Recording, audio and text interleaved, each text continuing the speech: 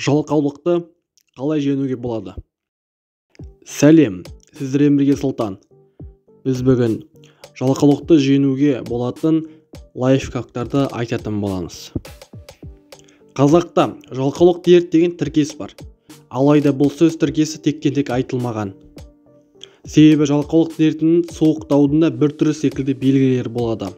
Аурудың алғашқы кезеңінде науқас әлсіреп, шаршайды немесе зерігеді, кейін төсекке таңады. Ал одан қалай құтылуға болады?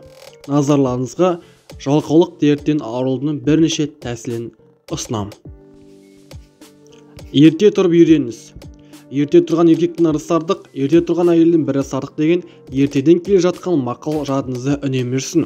Себебі таңертең ерте бастаған істе ойлаған ойда жұмыс істеуге деген шабытты оятып, белсенді әрекетке жол ашады. Есесіне түсте немесе кешке демалатын, өзгелерге көңіл бөлетін уақыт көп болады. Ертең өзін азайтыңыз. Жалқаудың ауыр күні ертеңгі күні. Себебі бүгінгі күні ертеңге қалдырғысы келеді тұрады, және ол ісін ертеңге қалдырады. Енді мұндайға жол бермеңіз. Жұмыстан кеш қайтсаңыз, тірлікті бітіріп кетіңіз. Нәтижесінде таңертең жұмысқа асықпай келесіз, және өзіңізді жеңіл сезінесіз, әрі жаңа жұмыс бастайсыз. Уақыт үнемдеп үйреніңіз.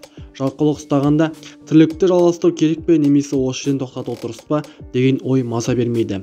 Ал мұндай жағдайда ішкі түйсікті сүйеудің қажет жоқ. Себебі осы жұмысты бітірсем уақытымды үнемдеймін деген ойға ғана тұру қажет. 5 минуттың өзі сізді құтқарады. Жалқаулық ұстағанда жұмыс істеу өте қиын, түсінеміз. Егер 5 минут белсенді болып көрсеңіз, талай тірлікті бітірер едіңіз. Аз уақытта жұмысты бастайсың және тезірек бітіріп бастауға тырысасың. Тіпті ертеңгі жұмысқа жеңілдік жасауыңыз мүмкін. Жоспар құрып үйреніңіз. Берілген тапсырманы орындау үшін дұрыс жоспар құрып үйреніңіз және уақытыңызды есептеңіз. Сонымен қатар оны міндетті түрде бүгін орындалуын қадағалаңыз. Себебі ертең алдыңызда не күтіп тұрғанын нақты білмейсіз. Өзіңізді мақтауға лайықсыз ба? Осы сұрақты өзіңізге әуелі қойып көріңіз, және сіз сол сияқты мақтауға лайық болуға тырысыңыз. Істің бір бөлігі біткен соң сүйікті тәттімен кофе ішіңіз. Аздап қыдырып немесе 5 минут үзіліс жасаңыз.